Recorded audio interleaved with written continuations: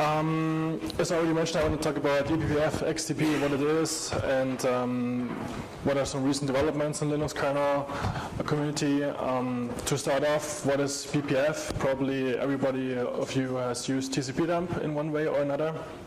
If you enter some filter in TCP-dump, that filter gets compiled down into some bytecode. This bytecode is called BPF. This is done by libpcap and then pushed into the kernel in AF packet.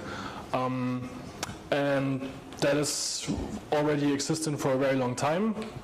And nowadays we call this classic BPF or cBPF, and this got extended heavily, probably like 1 or 2 years ago in the kernel, into something that is called eBPF.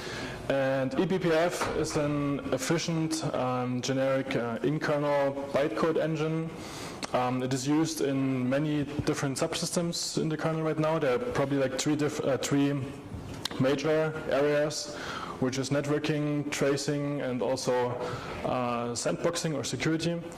Regarding tracing and sandboxing, so tracing, for example, you have like perf, where you can attach BPF programs to trace points, k-probes, things like that, and then every time an event triggers, an eBPF program runs, and then you can analyze different things in the kernel. You can read kernel memory and so on and so forth. For sandboxing, probably the most popular or most prominent user is the Chrome web browser, where it uses seccomp BPF to filter on system calls, to whitelist system calls and so on. So this is quite flexible. That seccomp BPF is not eBPF yet. It's cBPF, so still this classic BPF that is pushed down into the kernel. And networking, which is what we want to talk about here, there are various things. For example, in sockets, you have socket filters with AF packet. What I already mentioned, then you have various DMUX facilities. For example, SO reuse port, when you have multiple sockets that are in a group that can reuse a specific port, then you can have an eBPF program that makes a decision to what port that connection is going to be. You also have for AF packet, for example, fan out, where you have multiple AF packet sockets, and then the traffic can get load balanced like that to one of those sockets participating in that group. And then you have XDP and TC. So I will start with the facility that we have in TC. This is called CLS BPF or BPF classifier. It's called like this, classifier for historical reasons, but it can do way more than just classification. So it's a flexible, programmable packet processor in the TC subsystem.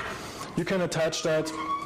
You can attach an eBPF program there on the ingress or egress path of the kernel data path of networking device, and yeah, and then we also have XDP, which got recently introduced into the kernel. This is also programmable but high performance in kernel packet processor.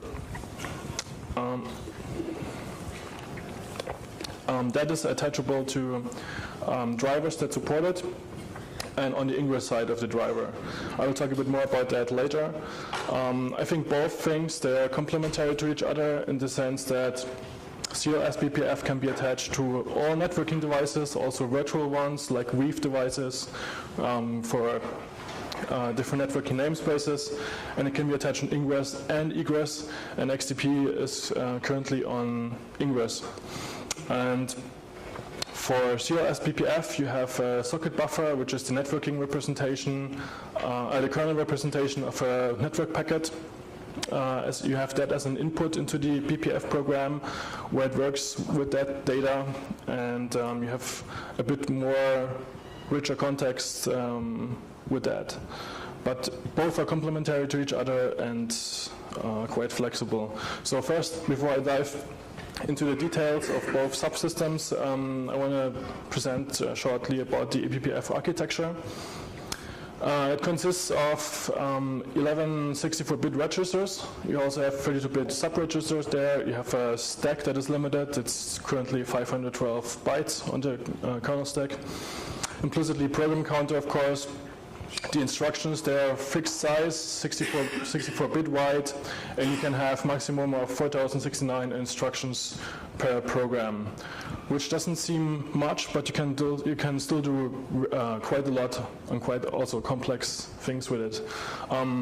Compared to the cBPF that we know from TCP-dump, like what I mentioned earlier, there are various new instructions. Of course, you have the whole 64-bit range of instructions for ALU operations, for example, because the cBPF was only on 32-bit, and you have things like you have a call in instructions where you can call into a helper function, what I will explain that later. So there's various new instructions. Some of the core components of the architecture is that you have read-write access to the input context. The input context, as I mentioned, for example, in TC is a socket buffer. In XDP, it's like a small representation where you can access the like the network packet for the XDP representation. Then you have a helper function concept, which means that the kernel exposes a fixed defined set of helpers or like functions that the BPF program can call into. So it cannot call arbitrary kernel memory, but just a fixed set. Then there are maps. Maps are efficient key value data structures that can be shared arbitrarily, which means one or multiple eBPF programs can access that map, or user space can access and read or update data from it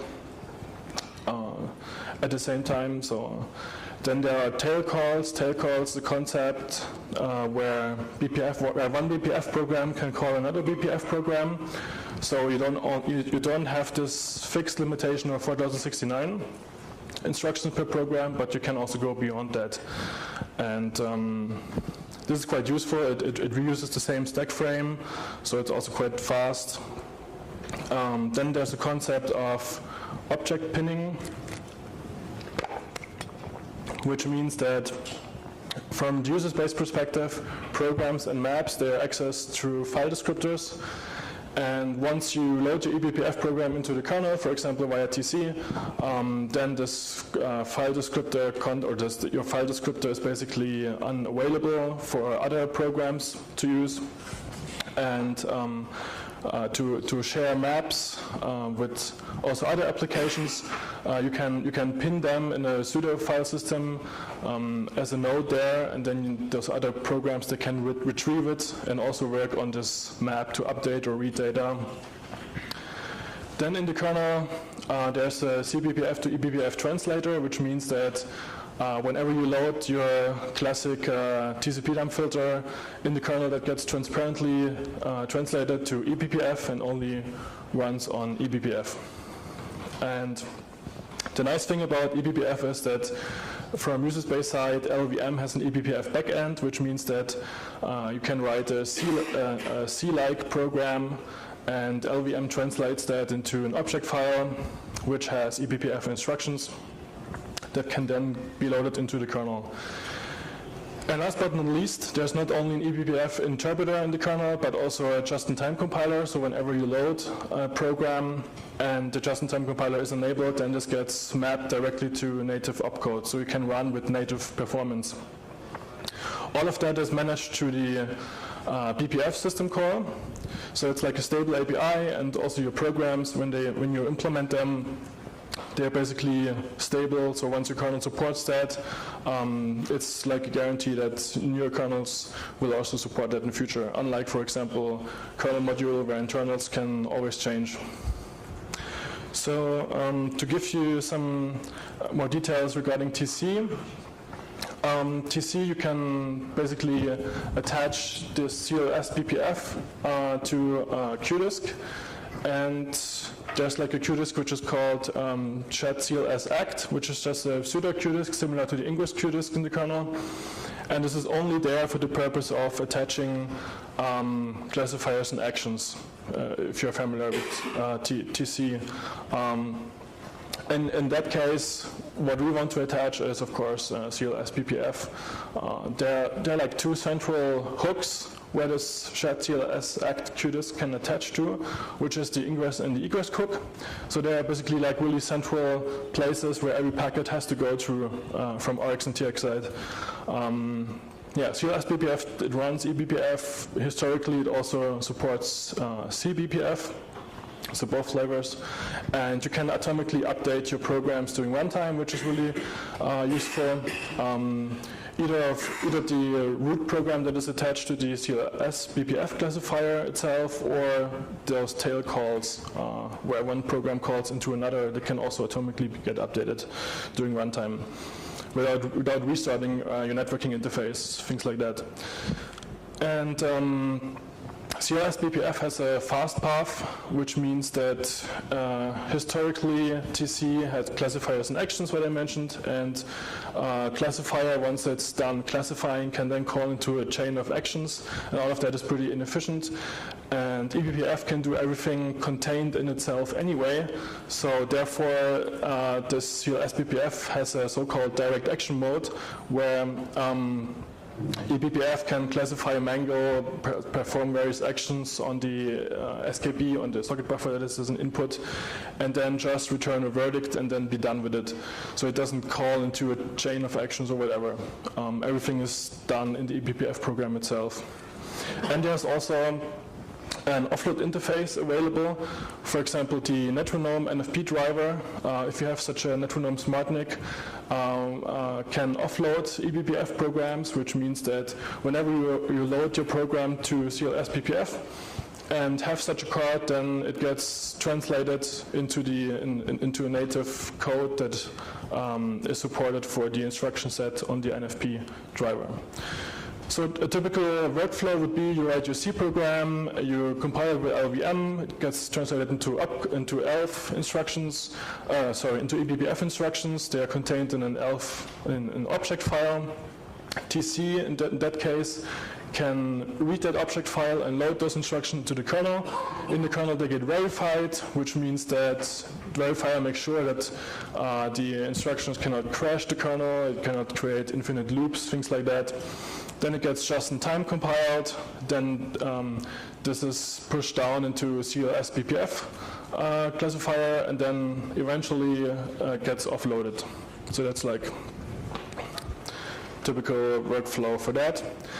And XDP, on the other hand, this was introduced probably 1 year ago into the kernel. The objectives there is that it's really tailored for high performance packet processing. So what it does is it runs an eBPF program at the very earliest point in the driver. So this is earlier, so even before you allocated an SKB metadata structure. This is also one of the overheads the kernel have for doing high performance packet processing with small packets in particular. And the nice thing is that this kind of framework works in concert with the kernel, which means it uses the same security model. You don't have your NIC representation or your driver in user space and have it exposed there, but it still stays in the kernel. There's no out-of-tree module needed for accessing that. And the packet itself, it also stays in the kernel, which means you don't have to cross boundaries when you want to get it out or when you want to push it back into the kernel, which is, for example, nice if you want to work with containers. For example, one of the use cases could be that you're implementing a firewalling application, and there you can already filter packets out at the very earliest possible point on your NIC, and then from there, part of those packets that can get further passed to the kernel stack and then into some of the containers. Other use cases include load balancing. For example, direct share return load balancing is currently possible with that. And any mangling and forwarding or denial of service measures. Monitoring is also possible, so there's currently an interface where you can push packets to user space for sampling and monitoring from XDP side. Yeah, and you have various verdicts similar to TC,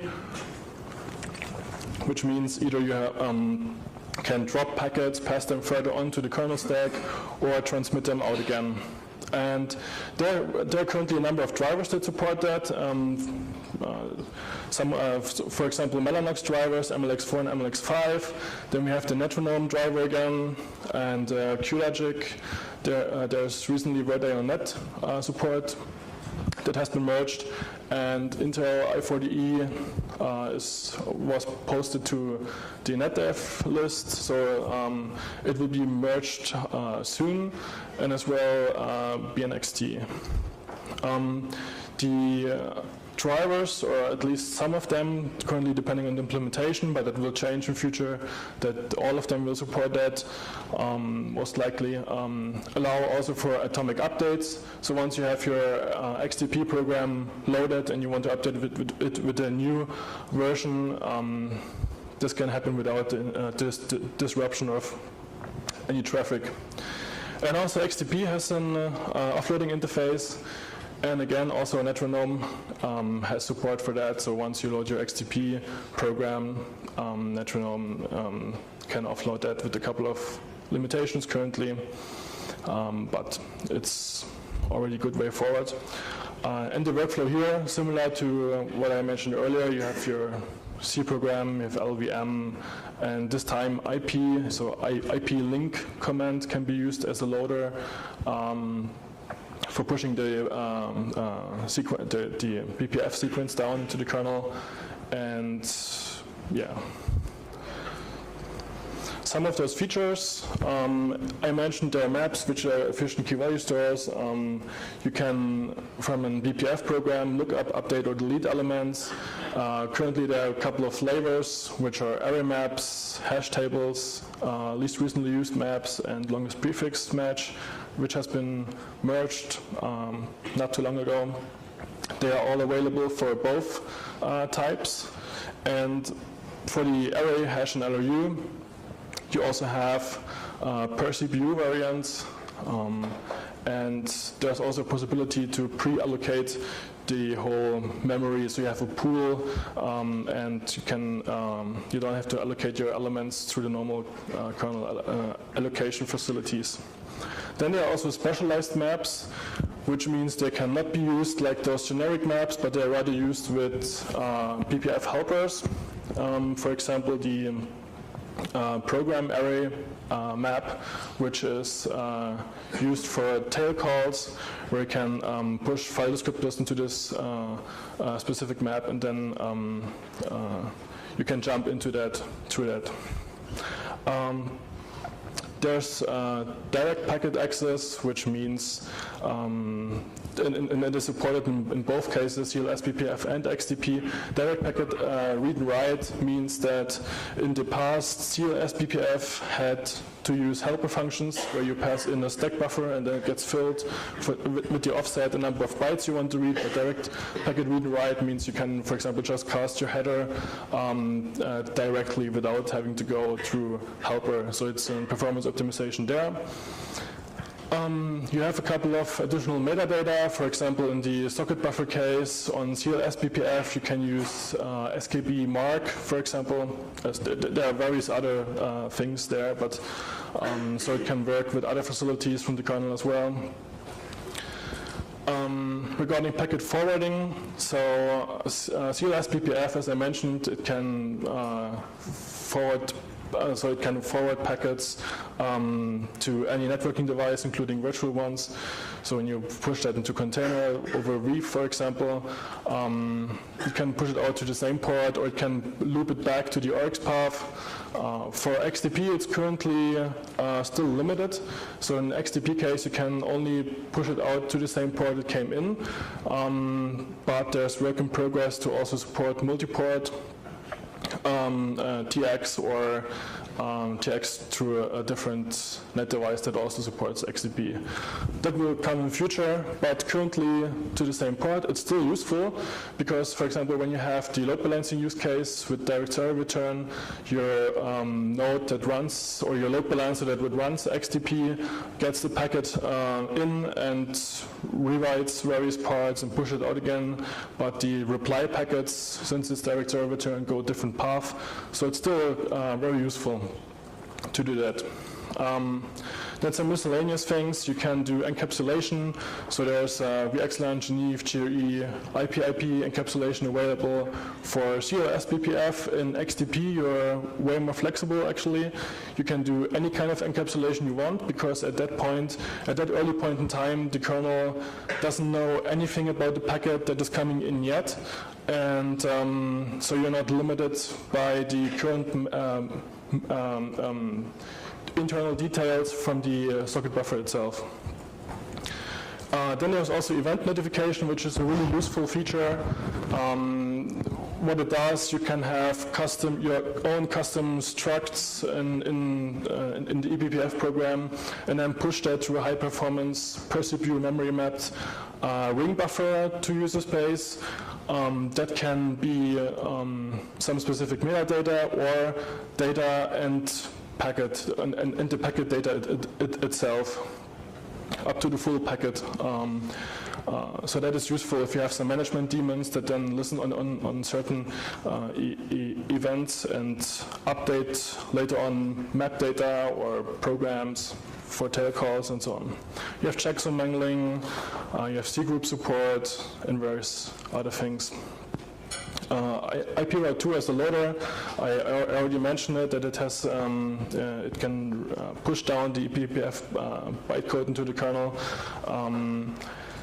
Just to give you an example how it looks, so for example in TC case you set up the QDisk first, then you can set up the filter, and then you define whether an ingress or egress site you want to hook that BPF program to, and then you define the object itself, and then the object can have various sections which contain the program code, the actual program code.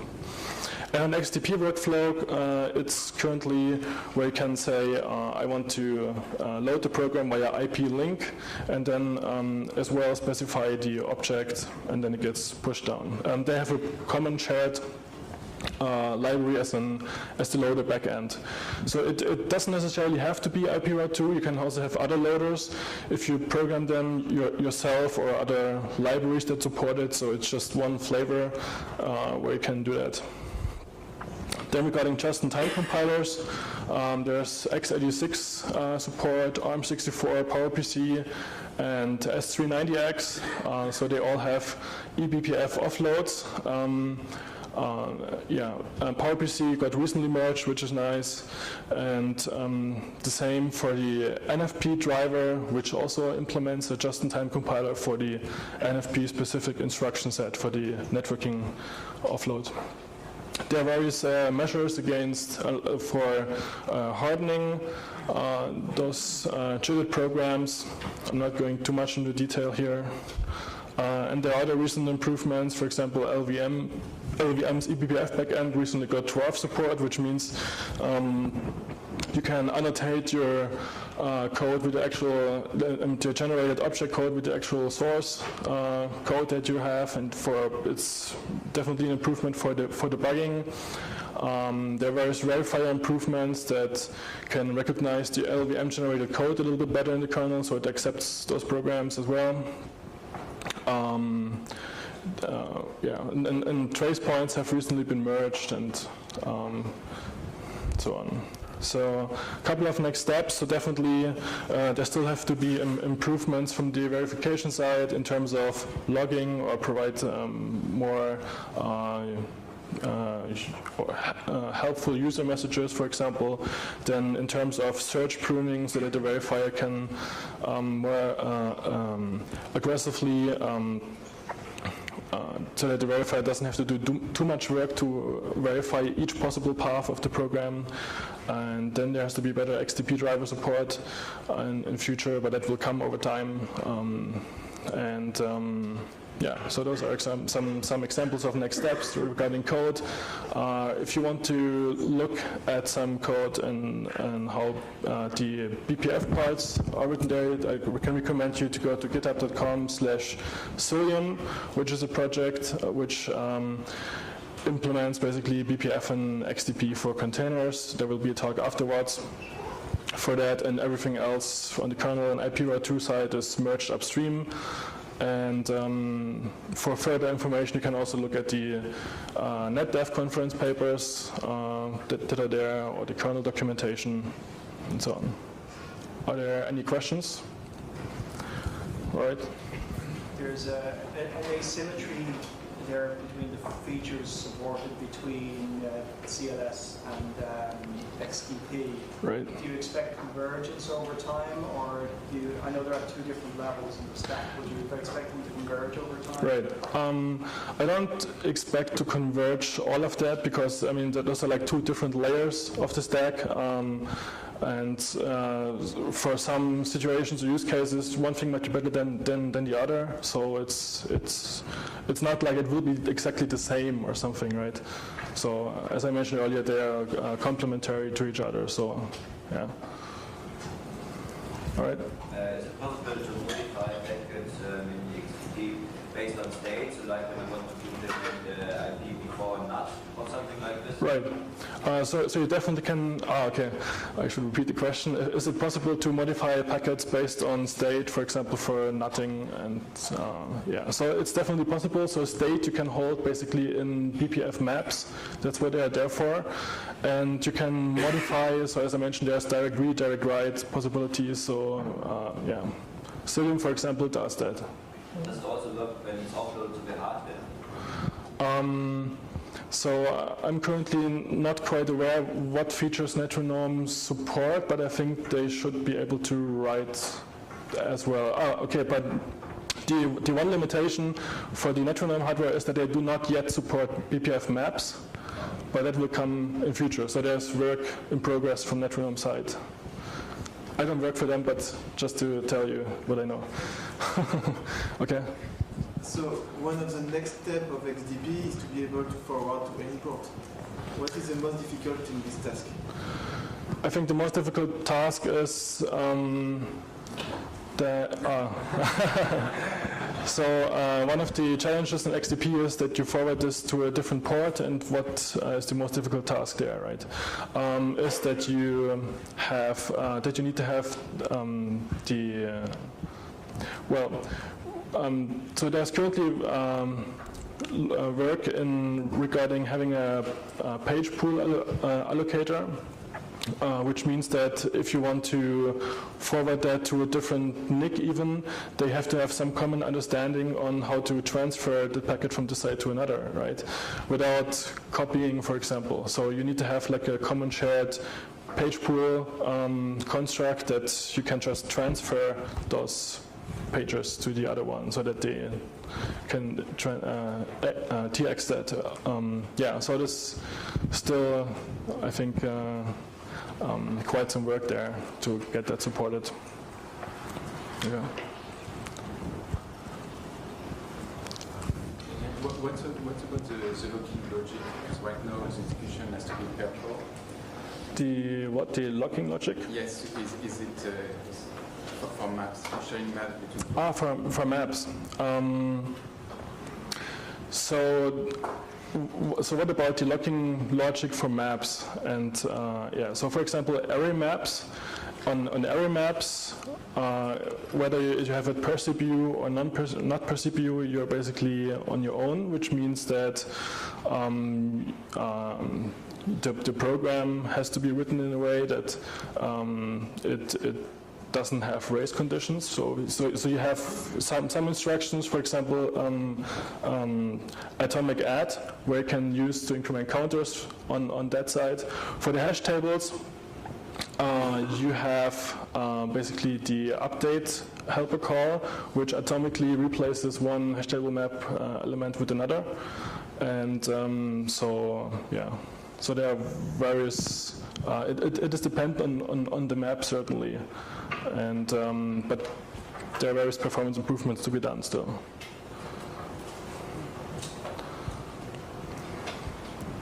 All right. You can also grab me in the hallway if there are further questions. So thank you very much.